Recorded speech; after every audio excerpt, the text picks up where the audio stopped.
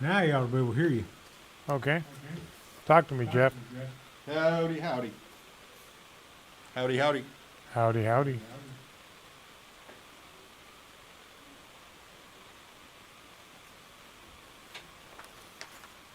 I don't remember how to do this with all three of us here.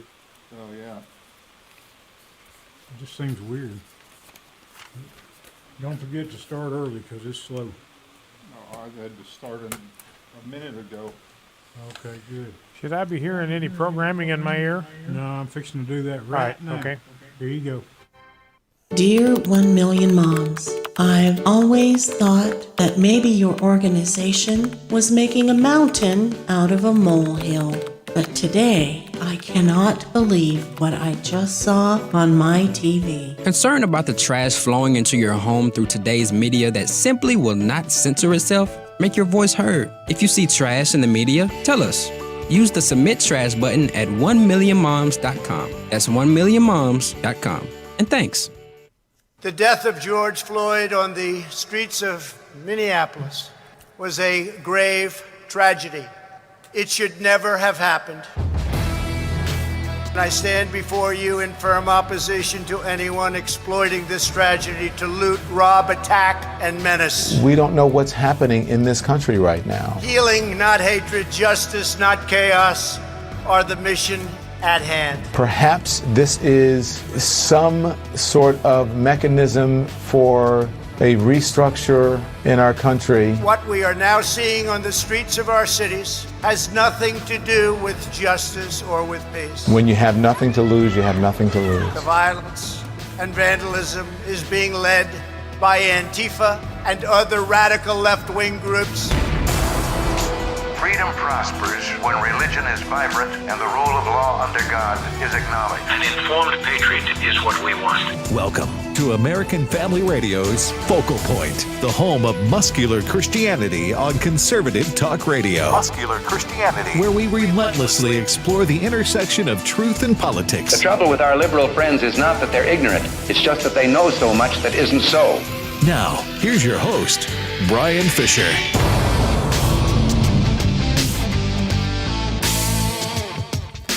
Howdy, and welcome to a brand new week of broadcasting on American Family Radio.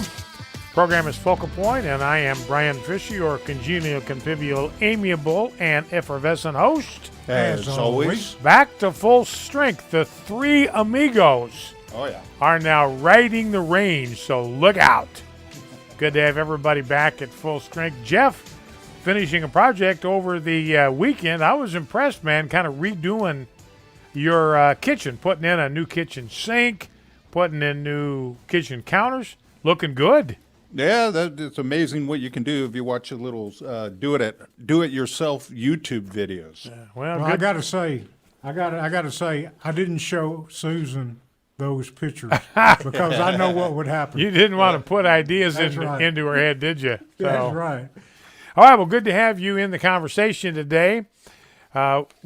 Want to remind you that you can pick up podcasts. If you miss a program, you can go to afr.net. That's our podcast page. Click the podcast button right at the top. You can scroll down, find the Focal Point podcast. Never miss a program. If you'd like to live stream, you can live stream the program at our Focal Point Facebook page and also on our YouTube channel. For columns, you can go to afa.net at the stand. Jeff, would you check and see? I just sent a column over there, and I don't know if it's posted yet. It's on Religious Liberty and John Roberts. We'll talk about that here in a second. I forgot to check and see if it's up. Email address, it's up. So it's on the Religious Liberty issue, and John Roberts, shame on, the title of my column is Shame on John Roberts. He just leveled a gut shot at religious liberty in America. We'll talk about that more in just a minute. Email address, if you'd like to email us, is focalpoint@afa.net. Focalpoint@afa.net. Coming up on Father's Day, might suggest that the Boy to Man book might make a dandy Father's Day gift for the father of a young boy that you know. You can pick up a copy at afastore.net. afastore.net. Still time to get one of those in time for Father's Day. Now I want to turn our attention to obviously what's been going on in our culture with the riots around the death of George Floyd. Obviously a tragic death. I'm looking right now at a live feed from Fox News. They're having a prayer vigil right at the site where he died. His brother is leading it. In fact, interesting thing about George Floyd, this is a piece from LifeSite News from today. I'll just read you some excerpts. Murder victim George Floyd was a man of peace who helped pave the way for Christian missionaries in his old neighborhood. That's in Houston. According to Christianity Today, Floyd was a Christian who spent most of his life in Houston, Texas, where he used his influence as a well-liked and respected community leader to assist evangelical preachers like Patrick Nguolo of Resurrection Houston. Floyd met Nguolo in 2010 and volunteered to help him get established in Houston's troubled Third Ward, especially in the Curry Homes housing project, where Floyd was known both for his basketball outreach work and as a rap artist called Big Floyd. And he was Big Floyd. He was a pretty tall, pretty big dude. I'll excerpt from some of his communication to the youth in this project. Our young generation is clearly lost, he said, speaking to these young men, advising them to give up violence. Come home, man. One day it's going to be you and God, either you going up or you going down. Friend of his said everyone who met him knows he was a kind and respectful person. So that's a side of George Floyd that probably not a lot of people know about. Well, there's an interesting passage in Acts chapter 19. It's a departure from our schedule in Exodus, but I thought it was worth breaking away from our Exodus reading just for this one day, because it's a story in Acts 19 about a riot that involved the Apostle Paul. He nearly lost his life, and two of his friends nearly lost their lives at the hands of this mob. And you read through this and you see a lot of parallels between what happened in Ephesus in Acts chapter 19 and what is happening right now in different parts of the country. So I want to talk about that. And we see just, again, as I mentioned, just a lot of parallels. For one thing, you will find there's an agitator here. Now, if you go to, let me see if I can find that here. If you go to Acts 19, let me get there very quickly. Lost my spot there just for a second. I'll get right back to it here very quickly. Acts chapter 19, and we're looking at the second half of that chapter. A riot at Ephesus is the title of the subheading in my Bible. Now we're told when Paul went to Ephesus, he got to going to Jerusalem, but he passed through Ephesus getting there. About that time, verse 23, there arose no little disturbance concerning the way. That's a figure of speech. No little disturbance means it was a great big fat disturbance. It was a riot. And in verse 24, we found just like we see today in riots, there was an agitator, somebody stirring things up. Somebody there, from their version of Antifa, a man named Demetrius, a silversmith who made silver shrines of Artemis, who was a god, an idolatrous god, and had a big, huge temple, one of the 7 wonders of the ancient world. She was also known as Diana of the Ephesians, huge temple in Ephesus. And these silversmiths made a whole bunch of money, just a boatload of money, making little silver idols of Diana of the Ephesians. And so Demetrius was getting hurt in the wallet. Said that Artemis brought no little business to the craftsmen. Again, that's the same figure of speech, meaning it brought in boatloads of money to guys like Demetrius and the other craftsmen. So got hit right in the wallet, and that got his attention. So in verse 28, he brought everybody together and started whipping them into a frenzy. about how Paul was dethroning and defaming their goddess, the great goddess Diana of the Ephesians. And he whipped them into this religious fervor. And of course, he was able to pretend that this was all about religion, all about their worship of their god, Diana of the Ephesians. In reality, it was about nothing more than their wallets. You know, people out there in these riots are trying to claim this is all about George Floyd. Once it got to violence, even the mayor of Minnesota said, once this thing gets to violence and torching police cars, this is no longer about George Floyd. Nothing about this honors the memory of George Floyd. So when Demetrius got him whipped up, verse 28, when they heard what Demetrius was saying, they were enraged and were crying out, "Great is Artemis of the Ephesians." So, verse 29, the city was filled with confusion, and they rushed together into the theater, dragging with them Gaius and Aristarchus, Macedonians who were Paul's companions in travel. You know, and we've seen some video footage of people getting dragged across streets and chased down and beaten. That's what happened to Gaius and Aristarchus.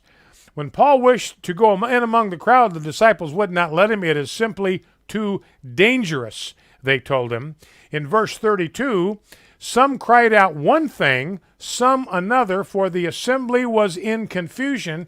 And catch this, just like today, most of them did not know why they had come together.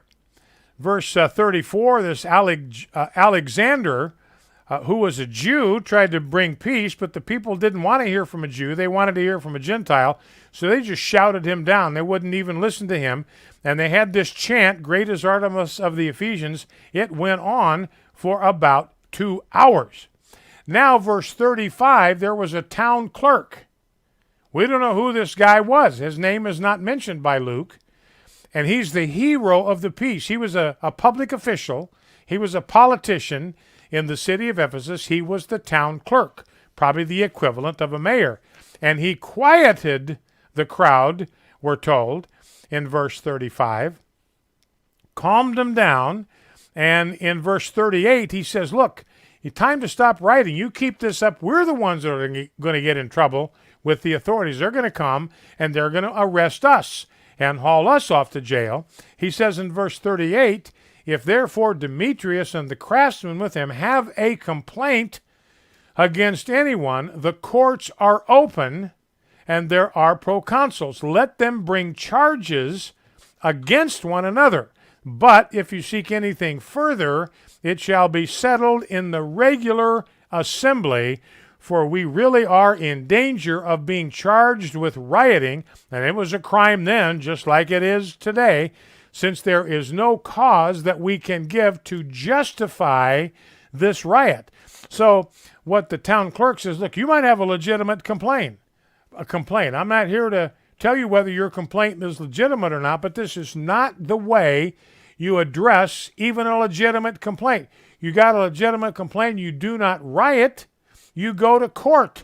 The courts are open, and you can take your complaint to the courts. And if that doesn't work, we have a legislature that meets regularly in session, and you can take up your issue with them. And when he had said these things, he dismissed the assembly. You know, and it struck me, what we really need today is we need a town clerk like this guy.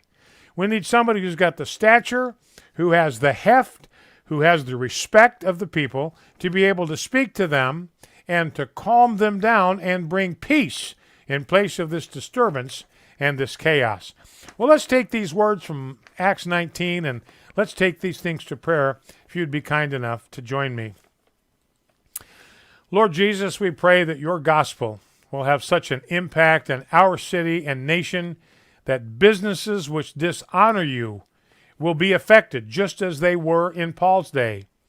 Protect all of us, as well as your church and our leaders, from false accusations and from any oppressive anger that may be stirred up by the enemies of the truth. Grant our spiritual, political, and cultural leaders wisdom to know how to conduct themselves in such circumstances and raise up public officials who will provide good counsel and will provide protection and security for your servants. Lord, so often your leaders are falsely accused, just as Paul and his friends were, of leading people astray, and enemies of the truth stir up great confusion and emotion against the church. We ask you to bring forward public officials like this city clerk, who will be voices of reason and law and protect your servants and your people and the people of our city and nation from those who would act impulsively and rashly and illegally. We ask for this not only in our city and in our nation, but also for those places in the world where your servants are in spiritually hostile places, where the truth about you threatens counterfeit religion. Strengthen them, watch over them, and protect them. All of these things we ask in your name, Lord Jesus. Amen. And that's the call of the day. Let's pray for peace to come to our land, and let's pray that God will raise up public officials like the city clerks to bring peace to our culture. We'll be right back. Stay with us. Every branch in me that does not bear fruit, he takes away. And every branch that does bear fruit, he prunes, that it may bear more fruit. My name is Abraham Hamilton III, and this is the Hamilton Minute. No one likes to suffer difficult circumstances. In this era of ease.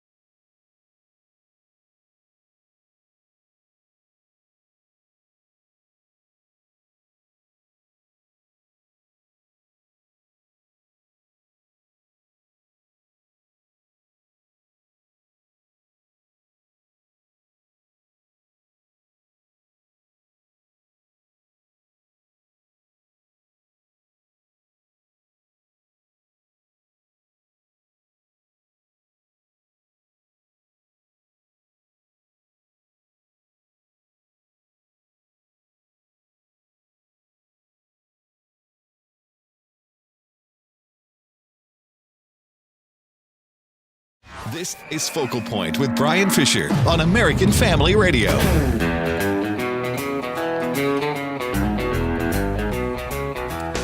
Howdy, and welcome back to Focal Point, the home of muscular Christianity on Conservative Talk Radio. Brian Fisher is my name. Good to have you in the conversation. Good to be back at full strength with Jeff and Rob, the three amigos, writing together once again. You know, here's a headline. I just want to mention this in passing. This is from Chicago. WGN, that's the main television station there in Chicago, I think part of the Turner network. The headline, their TV truck destroyed with shovels, bats, pipes, and bricks as Chicago cops stand down. That's one of been the most disturbing things I've seen in all this, is where cops are standing there in their gear, their riot gear, and they're watching stores being looted and pillaged. We saw that the first night. Right across the street from the precinct, Target was just being pillaged. People carrying out TVs in grocery carts and all that, and the cops are just standing there protecting the precinct station, Precinct 3, but not doing anything to stop people who were trashing other people's private property.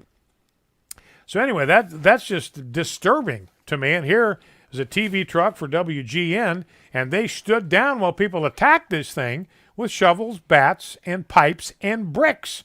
You know, Antifa apparently, I don't know if you've seen pictures of this, they put wheelbarrows of bricks.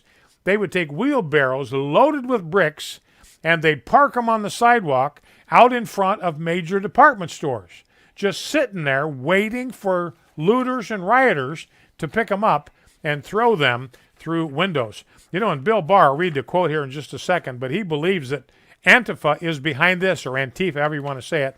Antifa and other far-left groups are behind this. They're stirring this up. They're agitating this, just like Demetrius the silversmith did in Ephesus.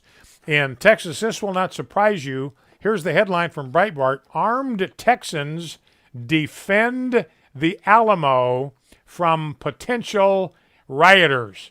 I mean, if you're going to loot and pillage, the last thing you want to do is try to take on the Alamo in the state of Texas, because those people are packing heat and they know how to use it. So they defended the Alamo from the rioters in San Antonio. Here's the quote from Breitbart again about Attorney General William Barr said Saturday that violence in many places around the country appears to have been planned and carried out by far-left extremist groups using Antifa-like tactics, end quote, in the wake of riots over the death of George Floyd. Unfortunately, he goes on, with the rioting that is occurring in many of our cities around the country, the voices of peaceful protests are being hijacked by violent radical elements.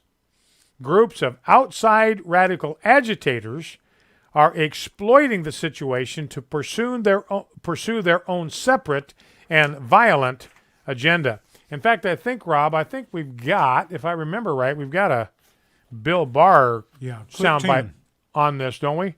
Clip 10. Yeah, clip number 10. Here's Bill Barr, Donald Trump first, and then Bill Barr talking about the fact that federal law is being violated in many of these protests. Clip 10. It's Antifa. It's a lot of radical left bad people. And they've got to be taught that you can't do this. Barr said the Department of Justice is ready to prosecute rioters who traveled out of state to incite violence. It is a federal crime to cross state lines or to use interstate facilities to incite or participate in violent rioting. And we will enforce those laws. We will enforce those laws. You know, one of the difficulty, and you've probably seen this, everybody's wearing masks. Everybody has masks. They're required to wear masks in public. Now there's no way to identify these people with their masks on. You can't make a positive identification, really, of anybody. You know, Amazon is out there trying to pretend that they are down with the whole civil rights program. But don't forget that Amazon is the company that spent a fortune trying to develop facial recognition software just so the cops can apprehend evildoers. So let's not forget that while we're praising Amazon for being part and parcel of the civil rights movement. Now let's go to, you know, in fact, I think one of the things that people want to believe is that these are just these are homegrown riots. These are all spontaneous. They just kind of metastasized and they spontaneously generated. And Bill Barr is saying no. Maybe the bulk of the people that were there are locals or natives, but people are coming in from out of state to stir this thing up. People identified with Antifa. And the Attorney General of Minnesota, Keith Ellison, this guy, remember, he's a Muslim. His son came out today and said, I identify with Antifa. The son of the Attorney General. He's taken over the prosecution of the cop, Derek Chauvin, by the way, who got moved to the maximum security prison in Minnesota. And they put him there, I believe, as much for his own protection as anything, because his life is going to be at risk there. And they also have him on suicide watch, just like they had Jeffrey Epstein. They're checking on him every 15 minutes to make sure he doesn't do any harm. But the early report out of Minnesota from jail records show that the vast number of arrested Minneapolis rioters have Minnesota addresses. Fox 9 there reports that 38 of the 45 individuals arrested have an address in Minnesota. And these 45 people were arrested for rioting, unlawful assembly, stolen property, burglary, or robbery. So in other words, the point here, these may be people who come from that neighborhood, but there are a lot of people there. Well, I mean, it's not a lot of people, maybe 20% here of those that were arrested came from out of state. But that's a fairly significant percentage when you're talking about riots like this. And so don't think these are all homegrown. There are Antifa people coming in from out of state to kind of agitate and stir these people up. Now President Trump delivered a great speech on Saturday in connection with the launch of that spaceship, which is kind of an amazing thing to me. This is collaboration between the Tesla guy, Elon Musk, and NASA. So it's a private-public partnership that got guys safely to the space shuttle. This is kind of an amazing thing to me. By the way, Elon Musk, one of his Tesla cars, it was overseas somewhere, but it was on autopilot, and it ran head-on, full speed, into an overturned truck. Now, the guy that was in the Tesla survived, but that's some kind of autopilot thing they got going on there. Well, let's hear President Trump. Now, if people would listen to President Trump, he could be like the city clerk. I think you'll agree with me. Here is a voice of reason and reconciliation. Here's a voice that if people listen to him, could do a lot of good. Clip number 1, talking about what America needs right now.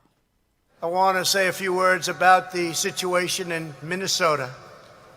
The death of George Floyd on the streets of Minneapolis was a grave tragedy.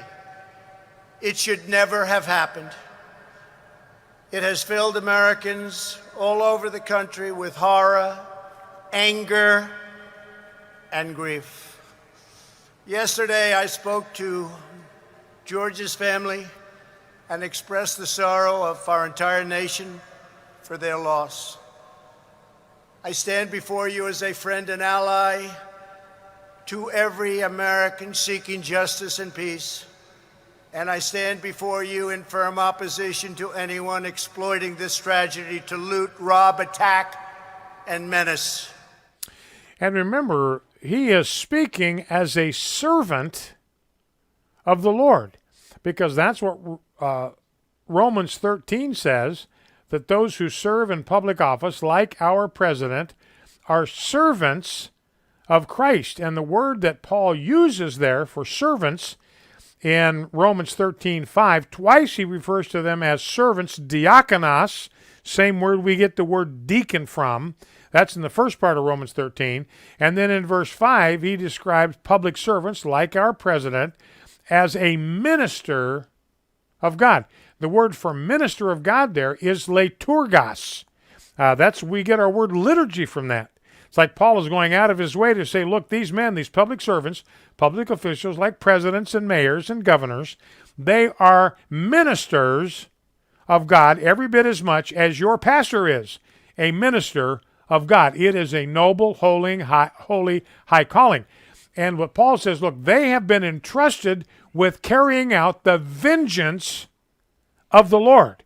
Remember, Paul said at the end of Romans 12, don't take vengeance into your own hands, never do that, but leave room for the wrath of God. Well, how does the wrath of God get displayed?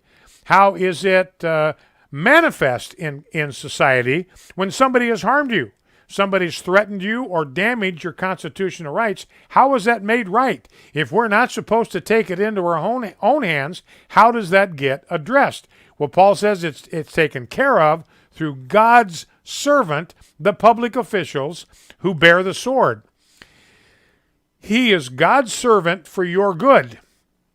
If you do wrong, be afraid, for he does not bear the sword in vain. A sword is an instrument of lethal force. It's an instrument of force.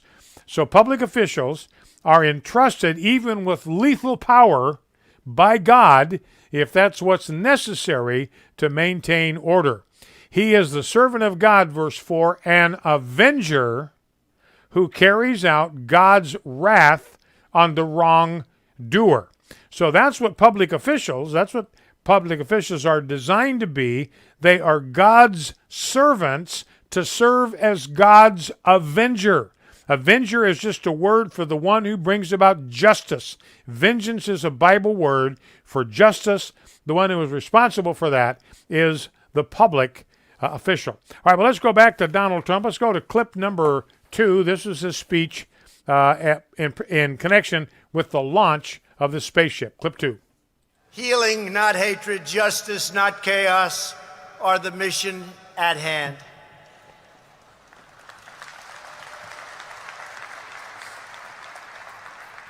The police officers involved in this incident have been fired from their jobs. One officer has already been arrested and charged with murder.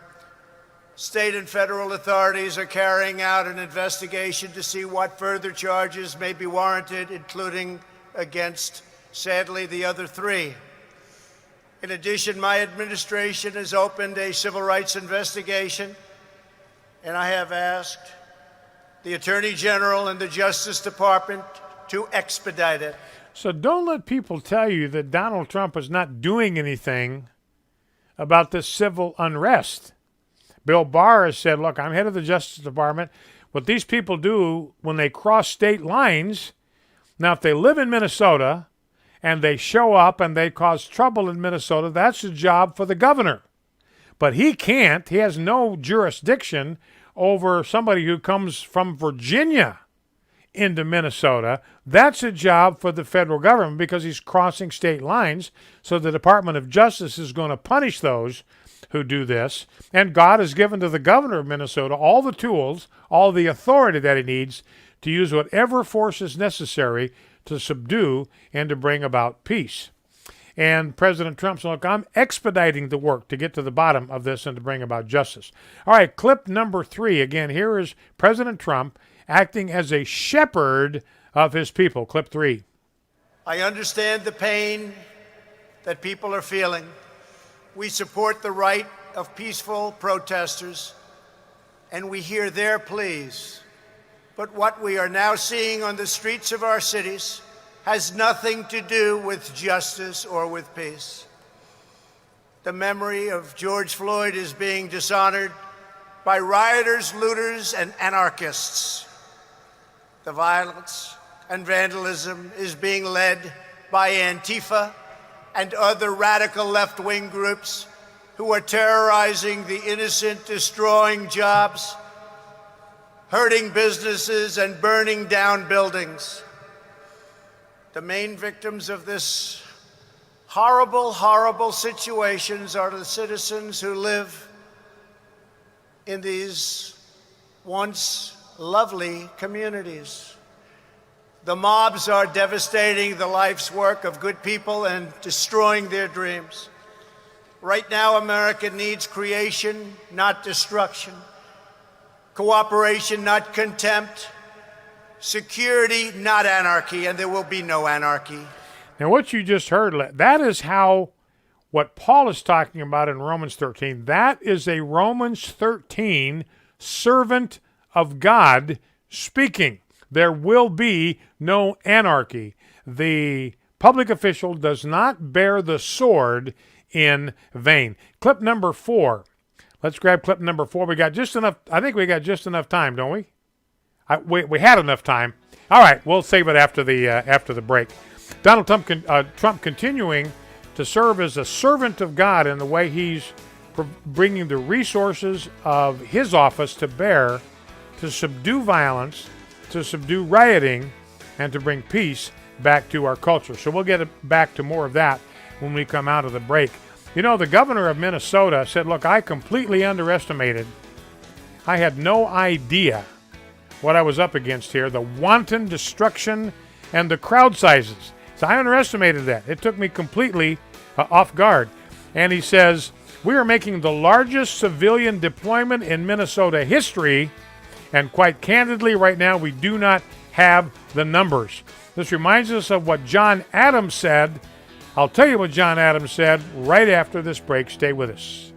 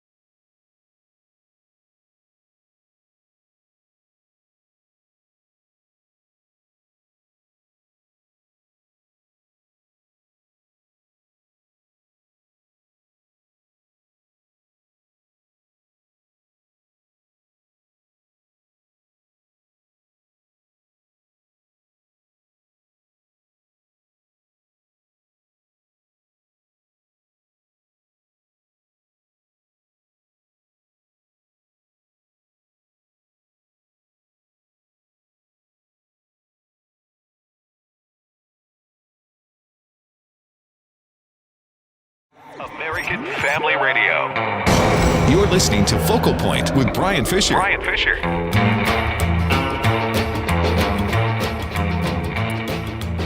Howdy and welcome back to Focal Point on American Family Radio. Brian Fisher is my name. Focal Point, the home of the fastest 60 minutes in American media. You're going to put the pedal to the metal here, heading into the last segment, headed for the checkered flag.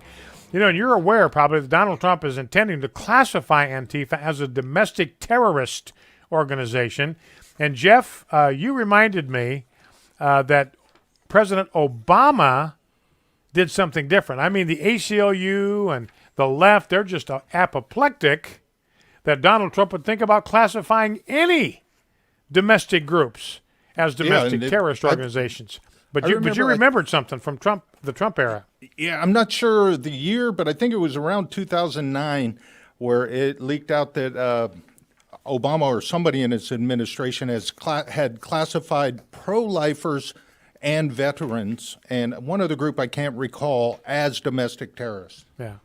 And nobody complained about that, except for the pro-lifers who knew that was completely false, and the veterans who knew that was completely false. But the media showed no angst whatsoever at President Obama declaring people to be domestic terrorists. By the way, there's some good news in this, so I don't want you to miss this, because there's a lot of this riot stuff.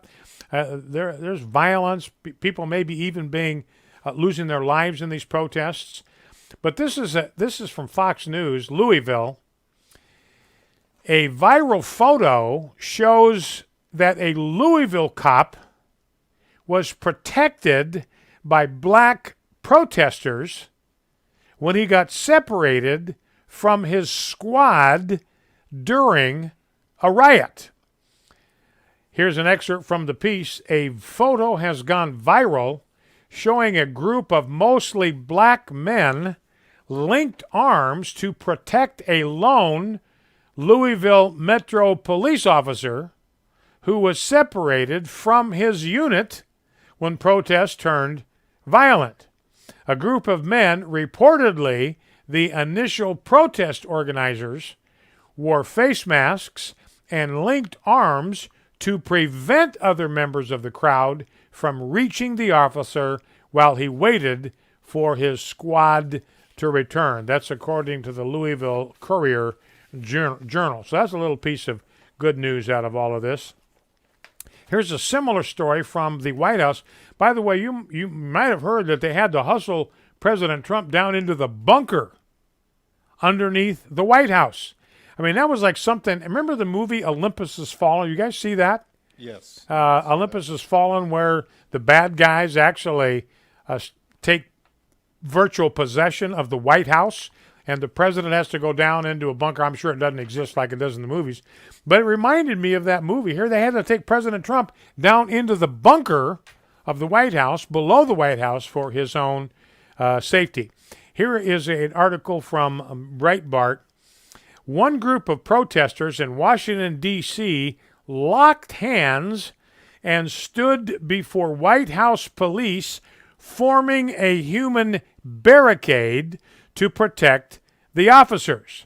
These protesters locked hands and formed a human barricade before White House police officers, protecting them from angry protesters or rioters who in turn criticized them for standing with the police. So good for them.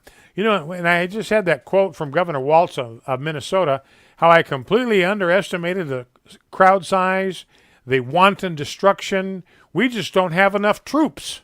We don't have enough troops to stop this wanton destruction. Reminded me of what John Adams said in 1798. So we're going back 222 years here. This is the second president of the United States. Here's what he said. Our Constitution was made only for a moral and religious people. We have no government armed with power capable of contending with human passions. That's what we're seeing right now all across the country. Contending with human passions unbridled by morality and religion. That's what we are looking at. We are looking at a culture that is unbridled by morality. When the founders used that term, they meant the Ten Commandments.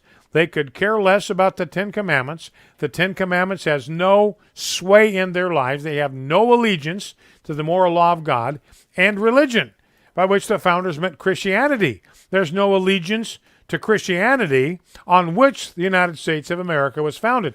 And John Adams says, you run into that, we have no power that's capable of coping with that. Avarice, ambition, revenge, or gallantry would break the strongest chords of our Constitution as a whale goes through a net. Our Constitution, to repeat, was made only for a moral and religious people. It is wholly inadequate to the government of any other. John Adams. You know, and Governor Walz of Minnesota, hope he goes back and refreshes himself on John Adams because he's living the nightmare right now. You know, and Donald Trump delivered this speech when everything was confined to Minnesota. Let's go back to clip number 4. Again, this is President Trump speaking as a servant of God, the kind of servant of God who was described in Romans 13. Let's listen. Civilization must be cherished, defended, and protected. The voices of law-abiding citizens must be heard, and heard very loudly. We cannot and must not allow a small group of criminals and vandals to wreck our cities and lay waste to our communities. We must defend the rights of every citizen to live without violence, prejudice, or fear. We support the overwhelming majority of police officers who are incredible in every way and devoted public servants. They keep our cities safe, protect our communities from gangs and drugs, and risk their own lives for us every day. Clip number 5. Let's grab this one as the next soundbite. My administration will stop mob violence, and will stop it cold. It does not serve the interest of justice or any citizen of any race, color, or creed for the government to give into anarchy, abandon police precincts, or allow communities to be burned to the ground. So that's not how we do things in America, Donald Trump says. You know, Paul says in Romans 13 that government is a terror or a fear to those who do evil. And Donald Trump is saying, well, that's true. If you're going to do evil, if you're going to lay waste to our cities, you need to fear what your government will do in response. We cannot let you loot. We cannot let you pillage. That evil must be restrained, President Trump says, and I am going to see to it that it is done. Now let's jump down to clip number 7. This is MSNBC commentator Christina Greer, professor at Fordham University, talking about the French Revolution serving as some kind of a model for what's going on with Antifa. Clip 7. We see how he has failed the American people across the nation when it comes to dealing with COVID-19 and the disproportionate deaths that we're seeing. We're well over 100,000. People are just going about their business. We have 40 million Americans who have filed for unemployment. And that's just people who have filed for unemployment, not people who were destitute and really worried about not just themselves, but their entire communities. So, you know, when we think about the French Revolution, you know, the rich stole so much from the poor. The only thing the poor have left to eat are the rich. So the protesters, according to her, are justified in eating the rich. That's what was going on in the French Revolution. Now, some people liken the American Revolution to the French Revolution. Thomas Jefferson was a fan of the French Revolution. But the difference between the American Revolution and the French Revolution is that the French Revolution was driven by a complete rejection of Christianity, an overthrow of Christianity. Churches and cathedrals and members of the clergy were killed during the French Revolution. They had to be cleared out. Whereas in America, the American Revolution was driven by Protestant Christianity. That was the main difference. You know, in the French Revolution, they got rid of Christianity, they went into a cathedral, and they enshrined reason. They even took a prostitute and brought her into one of the great cathedrals and held her up as kind of a saint. That's what the French Revolution was all about. And the French Revolution, it just led to a complete collapse of French society in the early 1800s. It was violence, it was pillage, it was looting, it was murder. Things were completely out of control. There was no respect for the rule of law. And you know what the French got out of that? They got out of that a tyrant. That's where Napoleon came from. When you have that kind of unrest, it's a breeding ground for a strong man who will subdue the violence but wind up as a tyrannical, despotic leader. Happened in France. It can happen again. Advantage we have is we have a president who is restrained by the Word of God. He's restrained by morality. He is restrained by religion. Now, everybody is critical of President Trump for calling these rioters thugs, which is what he called them. He called them thugs, and they're apoplectic that a president of the United States would do that. Well, let's listen to Barack Obama, clip number 8. Here's a little flashback. April 28, 2015. Here is President Obama talking about the civil unrest of his day, this in Baltimore. There's no excuse for the kind of violence that we saw yesterday. It is counterproductive. When individuals get crowbars and start prying open doors to loot, they're not protesting. They're not making a statement. They're stealing.